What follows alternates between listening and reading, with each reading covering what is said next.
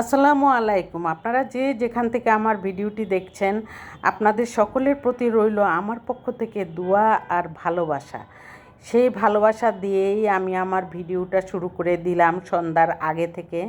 সন্ধ্যার আগে বানিয়ে নিলাম এই pound cake, chocolate pound cake. এই চকলেট পাউন্ড কেকটা দিয়ে আজকে আমরা সন্ধ্যার নাস্তায় চায়ের সাথে খাওয়ার জন্য আমি বানিয়ে নিলাম। বানিয়ে নেওয়াটা আমার কাছে খুবই সহজ মনে হয়, কিন্তু খেতেও সময় লাগে না বেশি। এই জন্যই আমি বানিয়ে থাকি অবশ্যই। যেভাবেই হোক, মজা হলে খাওয়াটা বেশি সময় লাগে না, করতে যতটুকু সময় লাগে, কিন্তু করতে গেলে আমার কোনো কষ্ট হয় না। আমি আনন্দের সাথেই করে থাকি। এখানে 2টা ডিম নিয়ে আমি বিট করতে থাকলাম। বিট করে আমি হাফ কাপ চিনি দিয়ে বিটার দিয়ে বিট করে নিলাম। তারপরে এখানে 2 টেবিল চামচ পাউডার দুধ দিয়ে দিলাম, হাফ কাপ ময়দা দিয়ে দিলাম, 2 টেবিল চামচ কোকো পাউডার দিয়ে দিলাম। আর যখন ডিমটা বিট করা শেষ হয়ে গেল তখন তেল দিয়ে দিয়েছিলাম 3 টেবিল চামচ, ঘি দিয়ে দিয়েছিলাম 1 চা চামচ। দিয়ে আমি ব্যাটারটা সুন্দর করে আমি গুলিয়ে নিলাম একদম। তারপর আমি ব্যাটারটা যখন একদম স্প্যাচুলা দিয়ে আস্তে আস্তে করে গুলিয়ে নিলাম। গুলানোর পর এখন আমি 6 ইঞ্চি মোল্ডের মধ্যে আমি দিয়ে দিব। 6 ইঞ্চি মোল্ডের মধ্যে দিয়ে আমি 180 ডিগ্রি সেলসিয়াসে 10 মিনিট প্রিহিট করতে দিয়ে দিলাম ওভেনটা। তারপর আমি 30 মিনিটে বেক করে নিব। এই কেকটা অনেক মজা হয়ে থাকে চায়ের সাথে। আপনারা যদি এইভাবে সন্ধ্যার নাস্তায় খেয়ে থাকেন তাহলে বুঝতে পারবেন কত মজা। একদম এটা চুলায়ও বানানো যায় এভাবে। 30 মিনিট চুলায়ও রাখলে একটি ননস্টিক প্যানে বা নর্মাল একটি সিলভারের হাঁড়িতেও ঢাকনাটা ভালো হতে হবে, তাহলেই হয়ে যাবে আপনার এই সুন্দর একটি pound cake, chocolate pound cake. যে কেউ বানাতে পারবেন।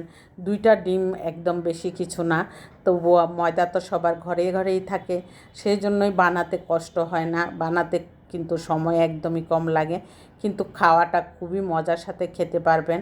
এভাবে পাউন্ড কেক বানালে আত্মীয় স্বজন আসার সময় থাকলেও আগে থেকে 1 ঘন্টা আগে যদি জানানো হয়ে থাকে যে মেহমান আসতেছে বাসায়, তাহলে কিন্তু খুব সুন্দর করে এরকম একটা কেক বানিয়ে দিলে খুশিতে নিজের ঘরের জিনিস খেতে বেশি পছন্দ করে সবাই। আমি এইভাবেই কেকটা বানিয়ে সন্ধ্যার চায়ের সাথে আমরা খেয়ে নিলাম। তারপরের দিনের ভিডিও আমি আস্তে করে ভিডিওটা আমি অন করলাম নাস্তার পর্ব শেষ করে। আর রেগুলার রান্না তো আছেই, রান্নাটা আপনাদের সামনে শেয়ার না করলে আমার ভালো লাগে না। ঘর গুছানোর পর আমি রান্না করতে চলে আসলাম। তারপর আমি এখানে প্রথমে আমি গরুর মাংসটা রান্না করলাম। গরুর মাংসটা হইতে অনেক সময় লাগে, সেই জন্য আমি প্রথমে গরুর মাংসটা বসিয়ে দিলাম চুলার মধ্যে। যে অনেক সময় লাগবে, এক চুলায় আস্তে আস্তে হইতে থাকবে, আমি আরেক চুলায় অন্যান্য কাজগুলি করে নিব। আর সেই চিন্তা করে এখানে সব ধরনের মশলা দিয়ে দিয়েছি। হলুদের গুঁড়া, ধনিয়ার গুঁড়া, মরিচের গুঁড়া, ভাজা জিরের গুঁড়া, মেথির পাউডার, তারপরে দিয়ে দিলাম এখানে ভাজা জিরের গুঁড়া দিয়ে আমি কষিয়ে নিলাম। এখন কষিয়ে নেওয়ার পর যেটুকু পানি উঠেছিল আরেকটু পানি দিয়ে দিয়েছিলাম আমি। তারপর কষিয়ে নেওয়ার পর এখন আলুটা দিয়ে দিলাম। আলুটা দেওয়ার পর পাশের চুলায় আমি গরম পানি বসিয়ে রেখেছি, গরম পানিটা দিতে হবে। এখন যদি ঠান্ডা পানি দেওয়া হয় তাহলে কিন্তু মাংস আরও শক্ত হয়ে যাবে এবং আলুও সিদ্ধ হবে না। সেই জন্য আমি সবসময় গরম পানিটা এই কষানোর পরে যদি আলুটা দেওয়া হয় তখন আমি গরম পানিটা দিয়ে থাকি। আমি ঠান্ডা পানি দিয়ে গরুর মাংস রান্না করি কম।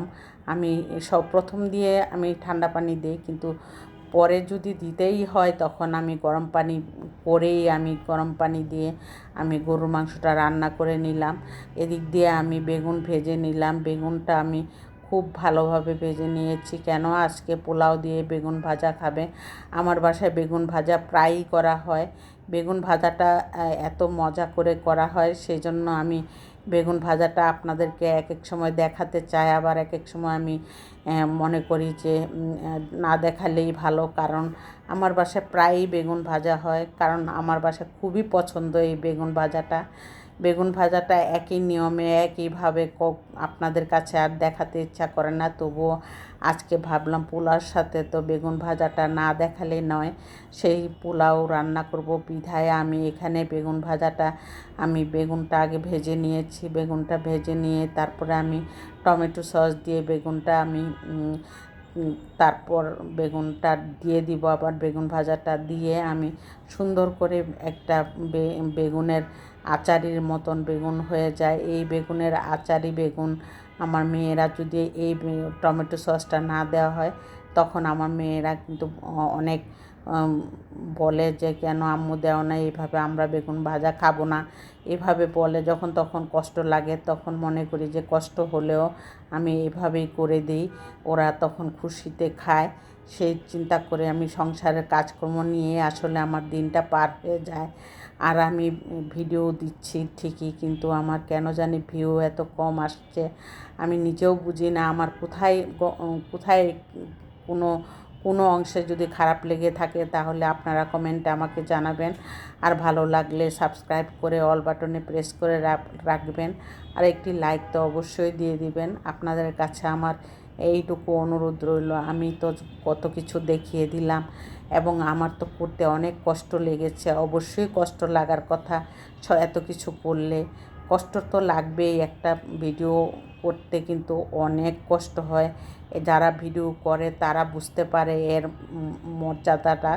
আর আমি তো অনেক ভিডিও দিয়েছি কিন্তু আমার ভিউজ কম এবং সাবস্ক্রাইবার কম, সেজন্য আমার অনেক কষ্ট লাগে। তারপর আমি ছাড়তে পারছি না, কেন জানি আমার একটা মায়া পড়ে গেছে আমি এই ভিডিও দেওয়াটার মধ্যে।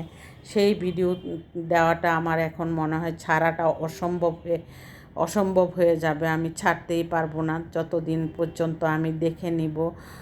আল্লাহর কাছে বলি